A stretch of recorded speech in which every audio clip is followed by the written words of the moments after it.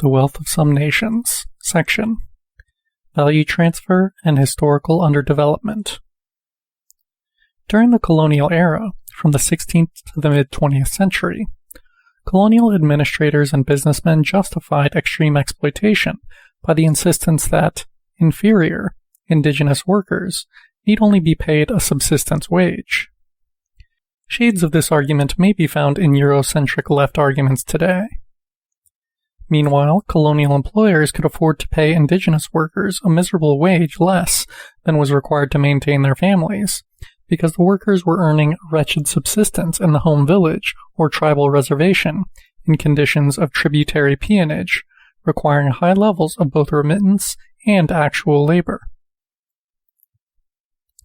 Though providing abundant, enormous benefits to Europe and its settler offshoots, colonialism practically ruined the economies of the oppressed countries. India, for instance, had more than 20% of the world's GDP in 1820, but less than 4% when the country became formally independent from Britain 130 years later. Footnote: see Tharoor, 2017, for an in-depth account of British colonial parasitism in India. End footnote. In uprooting the native ruling class, hitherto the primary consumer of quality artisanal products, and also by introducing machine-made goods imports, traditional crafts were effectively decimated by colonialism.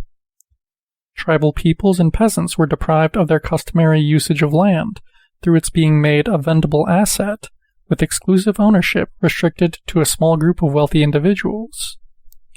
The destruction of traditional industry, the concentration of land ownership, and the extraction of surplus ensured an open or disguised excess supply of colonial labor that served to rationalize low wages.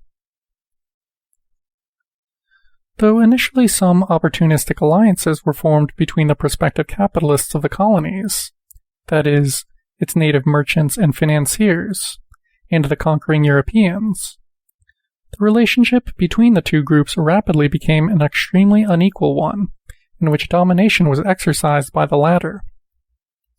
In consequence, and just as intended, most of the surplus extracted by colonial capital was transferred to the metropolitan countries, or, as from the 19th century onwards, to captured territories of white settlement in North America and Australasia.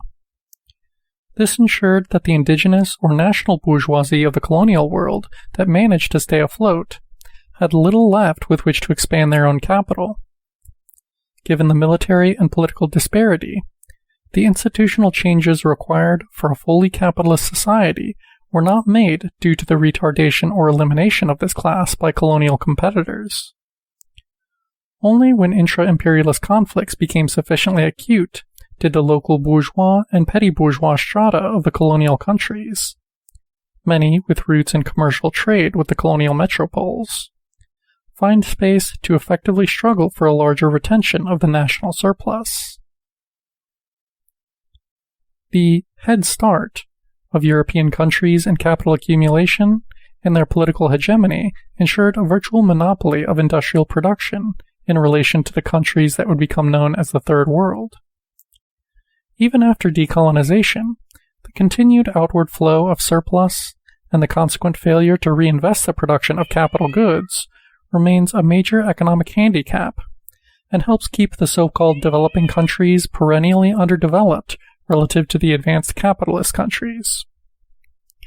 World Bank data on global inequality reveals that per capita income has a persistent effect on wealth redistribution, with the former colonial and dependent countries still having relatively low levels thereof. Moreover, global inequalities in redistribution over the last generation or so reflect both the influence of colonialism and the history of exposure to socialism. Income equality is markedly higher in former colonizing countries, and lower in formerly colonized countries. Meanwhile, a history of socialism increases the presence of redistributive institutions, in part compensating for the effects of lower national incomes. End of section.